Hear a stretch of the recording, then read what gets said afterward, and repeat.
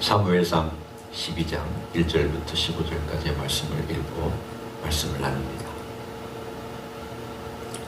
사무엘이 온 이스라엘에게 이르되 보라, 너희가 내게 한 말을 내가 다 듣고 너희 위에 왕을 세웠더니 이제 왕이 너희 앞에 출입하느니라. 보라, 나는 늙어 머리가 희어졌고 내 아들들도 너희와 함께 있느니라. 내가 어려서부터 오늘까지 너희 앞에 출입하였거니와 내가 여기 있나니 여호와 앞과 그의 기름 부음을 받은 자 앞에서 내게 대하여 증언하라. 내가 누구의 소를 빼앗았느냐, 누구의 나귀를 빼앗았느냐, 누구를 속였느냐, 누구를 압제하였느냐, 내 눈을 흐리게 하는 뇌물을 누구의 손에서 받았느냐. 그리하였으면 내가 그것을 너에게 갚으리라 하니 그들이 이르되 당신이 우리를 속이지 아니하였고 압제하지 아니하였고 누구의 손에서든지 아무것도 빼앗은 것이 없나이다 하니라.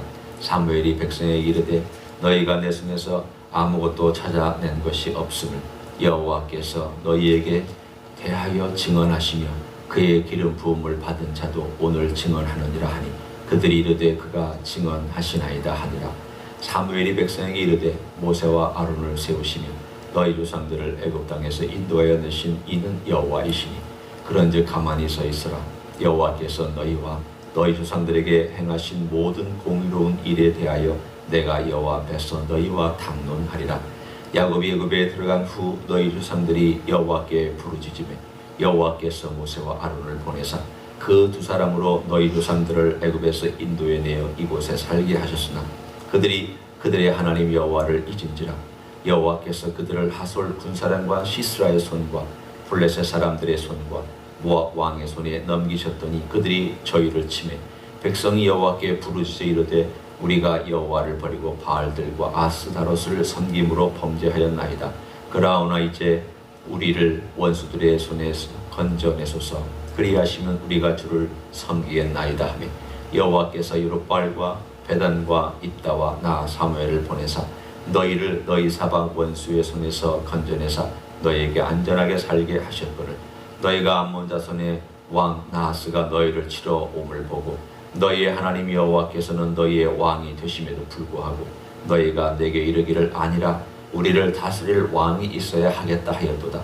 이제 너희가 구한 왕 너희가 택한 왕을 보라. 여호와께서 너희 위에 왕을 세우셨느니라. 너희가 만일 여호와를 경외하여 그를 섬기며 그의 목소리를 듣고 여호와의 명령을 거역하지 아니하면 또 너희와 너희를 다스리는 왕이 너희의 하나님 여호와를 따르면 좋겠지만은 너희가 만일 여호와의 목소리를 듣지 아니하고 여호와의 명령을 거역하면 여호와의 손이 너희 조상들을 치신 것 같이 너희를 치실 것이라. 아멘. 오늘 이 12장에서 사무엘은 드디어 자기의 고별 인사를 이스라엘 백성들에게 하고 있습니다. 그러나 고별 인사가 상당히 무겁죠. 여호수아도 고별 인사가 무거웠습니다. 사실은 모세도 어떤 의미로 보면은 신명기의 마지막에 축복과 저주를 얘기할 때 저주가 축복의 3배나 되는 것을 보면 그의 마지막도 역시 무거웠습니다. 무거울 수밖에 없는 것은 그들의 심성이 무거워서가 아닙니다. 그들의 마음이 부정적인 어떤 성격이어서가 아닙니다. 이스라엘의 현실, 곧 하나님 앞에 서 있는 선택받은 백성이지만 이스라엘이 가지고 있는 그 현실이 바로 그것이었기 때문에 그들을 아끼는 마음으로 경고하고 있는 것입니다. 오늘도 사무엘은 이스라엘 백성들에게 진중한 마음으로 경고합니다. 그 경고하는 내용의 가장 핵심되는 내용이 한 단어에 집중되어 있습니다. 그것은 공의로움이라는 단어입니다. 오늘 1절부터 6절까지 사무엘이 쭉 자기 자신이 어떤 삶을 살아왔는지를 백성한테 설명합니다. 내가 사사로서, 선지자로서, 제사장으로서 나는 이렇게 살았다. 하나님 앞과 그리고 너희 앞에서 뇌물을 가져가거나 송사를 굽게 하거나 그리고 약한 자라고 무시하거나 강한 자라고 내가 더 봐주거나 나는 그렇게 하지 않았다. 무엇을 얘기하고 있습니까? 공의로움에 대해서 얘기합니다. 그러니까 사사로서 그리고 선지자로서 제사장으로서 이 공의로움에 대해서 그가 얘기할 때는 이 사람이 지금 앞으로 공의로움에 대해서 얘기하려고 자기 자신의 공의로움을 얘기하고 있구나라는 것을 우리는 알아챌 수 있습니다. 내가 공의롭지 아니한데 너희들 공의로워라 말할 수 없습니다. 내가 공의로운 삶을 살지 않으면서 하나님 공의로우신 하나님 우리도 이렇게 살아야 합니다라고 설교할 수 없습니다. 사무엘은 메시지와 삶이 같았습니다. 그래서 같은 삶을 가지고 드디어 오늘 본문에 가장 중요하게 얘기하고 있는 이 공의로움의 내용이 어디에 나오느냐? 7절에 등장을 합니다. 그게 한번 보십시오. 그런즉 가만히 서 있으라. 여호와께서 너희와 너희 조상들에게 행하신 모든 공의로운 일에 대하여 내가 여호와 앞에서 너희와 담론하리라. 오늘 이 7절에 12장 전체 주제가 담겨 있습니다. 결국 사무엘이 얘기하고 있는 것은 자기의 공의로움을 자랑하려고가 아닙니다. 사무엘이 강조하고 있는 것은 여호와의 모든 공의로움에 대하여 얘기하려고 발판을 까는 것입니다. 여기서 공의로움이 뭔가? 우리는 공의로움 하면은 법적인 것, 아주 날카롭게 칼로 자르듯이 피 한 방울 안 나을 정도의 어떤 날카로움을 가지고 그렇게 행하는 것, 이런 내용들을 우리는 공의로움이라고 생각하기 쉽습니다. 아니면 적어도 법을 집행한다든가 공정하다든가 이런 것들을 우리는 공의로움이 생각할 수 있습니다. 오늘 그러나 이 내용들을 가만히 살펴보면 이게 공의로움의 이야기가 어디에 있습니까? 여기 하나님께서 이스라엘 백성들이 구하니까 이스라엘 백성들의 부르짖음을 들어주고 또 그들이 하나님을 잊은 다음에 또 어려운 일을 당해서 하나님께 또 부르짖으니까 하나님께서 그들의 삶 가운데서 도와주신 그 이야기를 쭉 하고 있는데 그게 공의로움의 이야기하고 무슨 상관이 있습니까? 라고 질문할 수 있습니다. 여기서의 공의로움은 이렇게 생각하시면 됩니다. 하나님은 그의 행하심이 모든 면에서 옳았다. 어떤 면에서 옳았느냐? 언약의 당사자로서 강한 자가 약한 자를 도와주시는 면에서 그분은 항상 옳았다입니다. 하나님의 기준대로 하시지 아니하고 하나님의 기준대로만 했다면 이스라엘 백성은 도저히 살아날 수가 없습니다. 그런데 그 강한 하나님께서 이스라엘 백성의 수준에 맞추어서 그들의 필요를 항상 돌봐주셨다는 뜻입니다. 언약이라는 개념이 있습니다. 우리는 성경에 볼 때 하나님께서 아브라함과 언약을 맺었다. 또 모세와 함께 이스라엘 백성 전체와 함께 시내산에서 시내산 언약을 맺으셨다. 언약은 강한 자가 약한 자로 하여금 너 바쳐라. 나에게 공물 바치고 나에게 충성해라. 여기에 초점이 있지 않냐고 강한 자가 약한 자의 수준으로 내려와서 내가 너를 도와줄 테니까 너와 나와 관계를 맺어라. 내가 너의 보호자가 되고 내가 너의 수준에 맞춰서 너의 필요를 채워주겠다. 그러니 너의 필요를 채워주는 나에게 너는 충성을 다하고 사랑을 다하라. 그럼 내가 너의 모든 것들을 다 책임져 주겠다. 관계를 맺어서 이 관계를 안에서 강한 자가 약한 자를 감싸 안아주는 것이 바로 이 언약의 개념입니다. 하나님께서 아브라함을 택하실 때 하나님은 강한 자요, 아브라함은 약한 자입니다. 이 약한 자인 아브라함이 실수 많이 했습니다. 그런데도 불구하고 하나님은 끝까지 그의 품으로 안아주셨습니다. 이삭 안아주셨습니다. 야곱 하나님께서 끝까지 안아주셨습니다. 이스라엘 백성에 대하여 지금 얘기하고 있는 하나님의 오르심은 어떤 기준에 따라서 기준을 정확하게 잣대에 들이대고 요구하는 하나님을 얘기하는 게 아닙니다. 하나님이 왜 오르셨느냐? 너희들의 필요에 따라서 그분이 강한 자지만 너희들 약한 자를 위해서 너희들의 필요를 채워줬고 너희들의 기도에 응답해 주시지 않았느냐? 하나님 옳은 일을 하지 않았느냐?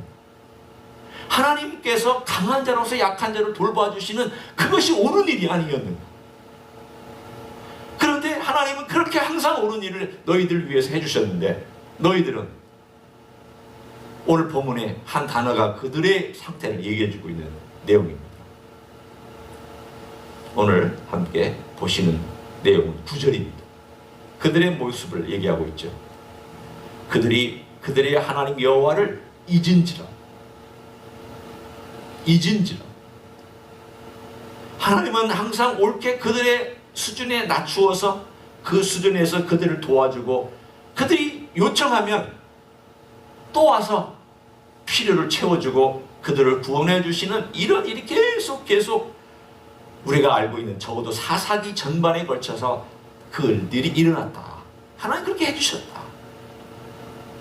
그런데 너희가 사사기 이제 말미를 얘기하는 것입니다. 왕을 세운 이야기를 지금 들어오기 위해서 하는 것입니다. 하나님 그렇게 항상 너희들에게 해주셨는데 공의로우심으로 너희를 도와주셨는데 너희는 공의롭지가 못했다. 어떤 면에서 공의롭지 못했습니다. 그들이 법을 지키지 않았다, 안 지켰다는 두 번째입니다. 하나님을 잊어버렸다는 겁니다. 잊어버렸다는 건 뭘 의미하고 있습니까? 관계를 중요시하지 않았다는 뜻입니다. 관계를 중요하지 않았다는 것은 이 언약의 개념에서 대단히 중요한 것입니다. 생각해 보십시오. 부부 관계라고 얘기하지 부부 계약이라고 얘기하지는 않잖아요. 우리가 부부 관계라고 얘기를 합니다. 부모와 자식 간을 부모 자식 간의 계약이라고 얘기하지 않습니다. 부모 자식 관계라고 얘기를 합니다. 왜?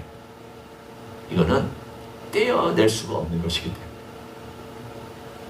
하나님과 이 백성과의 관계도 떼어낼 수가 없는 관계인데 하나님은 이 관계에 정말 이들의 필요와 이들의 낮은 데까지 와서 도와주셨는데 이 백성들은 잊어버립니다. 신경을 쓰지 않습니다. 관심이 없습니다. 그리고 오늘 이 본문의 12절에 와서 그들의 반역이 이렇게 드러납니다. 이것은 단순히 왕을 세워달라는 이야기가 아닙니다. 오늘 12절 마지막을 보십시오. 여호와께서 너희의 왕이 되심에도 불구하고 너희가 내게 이르기를 아니라, 여기 아니라 강한 부정을 썼습니다. 우리를 다스릴 왕이 있어야 하겠다 하였도다. 그리고 나서 13절에 이제 너희가 구한 왕, 너희가 택한 왕을 보라. 우리는 여기서 몇 가지 질문을 할 수 있습니다. 하나님이 택하여서 세우지 않았습니까? 우리가 이야기를 쭉 훑어보면은 하나님께서 사무엘을 사울과 만나게 하시고 그리고 나서 백성들 앞에 기름 부어 세우시고 또 암몬 왕을 이기게 하셔서 하나님께서 세워주신 그런 왕이 아닙니까? 라고 얘기할 수 있지만 첫 번째 동기나 출발이 하나님이 아니었습니다. 누가 이 일을 주관하고 누가 이 일에 대하여서 주장했습니까? 요청했습니까? 강청했습니까? 백성들이 했습니다. 그러니까 백성들이 시작한 일입니다. 그럼에도 불구하고 하나님은 이 관계 때문에 강한 자로서 약한 자의 필요를 채워줘서 왕을 세워줬습니다. 하나님은 옳았다는 겁니다. 하나님은 강한 자로서 옳은 일을 하셨다는 겁니다. 너희들이 요청해서 하나님은 마음이 아프지만 세웠다. 하나님은 배반을 당했지만 그럼에도 불구하고 강한 자로서 약한 자를 위하여 세워줬다. 그러니 너희도 이제 하나님께 대하여 배반하지 마라. 그러면서 오늘 그의 마음에 전심을, 아마도 노인으로서 머리가 흰 선지자요 또 사사요 제사장으로서 그의 마음에 막 들끓는 마음, 아마도 이 이야기를 했을 겁니다. 오늘 그 들끓는 마음에 그 마음이 15절에 느껴집니다. 너희가 만일 여호와의 목소리를 듣지 아니하고 여호와의 명령을 거역하면 여호와의 손이 너희의 조상들을 치신 것 같이 너희를 치실 것이다. 너희들도 너희 조상들이 당한 것처럼 그렇게 하면 안 된다. 하나님은 강한 자이기 때문에 그 필요를 채워주고 도와주지만 너희들이 너무 나갈 경우에, 너희들이 너무 그 배반의 극치를 달할 때에는 하나님도 어쩔 수 없이 그분도 매를 드셔야 된다. 그래, 너희도 그렇게 하지 않기를 원한다. 유언 같은 고별 메시지를 백성들에게 하고 있습니다. 자, 우리는 이제 여기에서 이 이야기에서부터 돌아와서 하나님의 공의로우심에 대해서 잠깐 나누기를 원합니다. 하나님의 공의로우심이 어디서 드러났느냐? 이스라엘 역사가 하나님의 공의로우심입니다. 강한 자로서 약한 자를 도와주시고 품으셨던 이야기입니다. 십자가가 무엇이냐? 하나님의 공의로우심입니다. 언약을 맺은 백성을 위하여, 그리고 그 언약 안에 들어올 장차 그 백성들을 위하여 예수님께서 가장 낮아지셔서 사람들의 수준으로 내려와서 그 언약의 강한 자가 약한 자의 수준에 내려와서 약한 자를 감싸 안으신 것이 십자가입니다.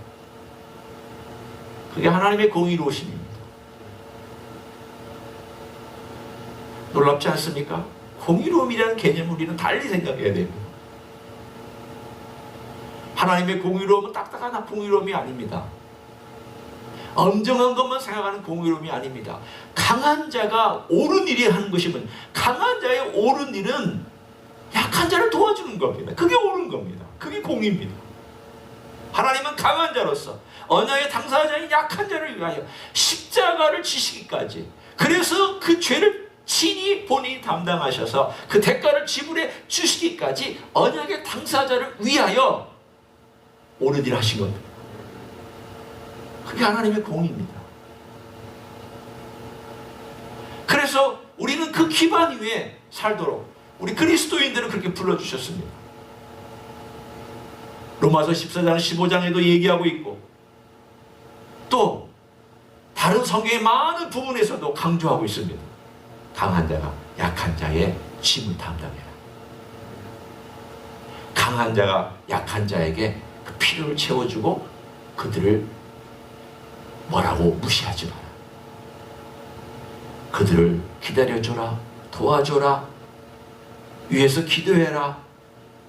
그리고 용서해라. 왜 이 이야기가 나온 것입니까?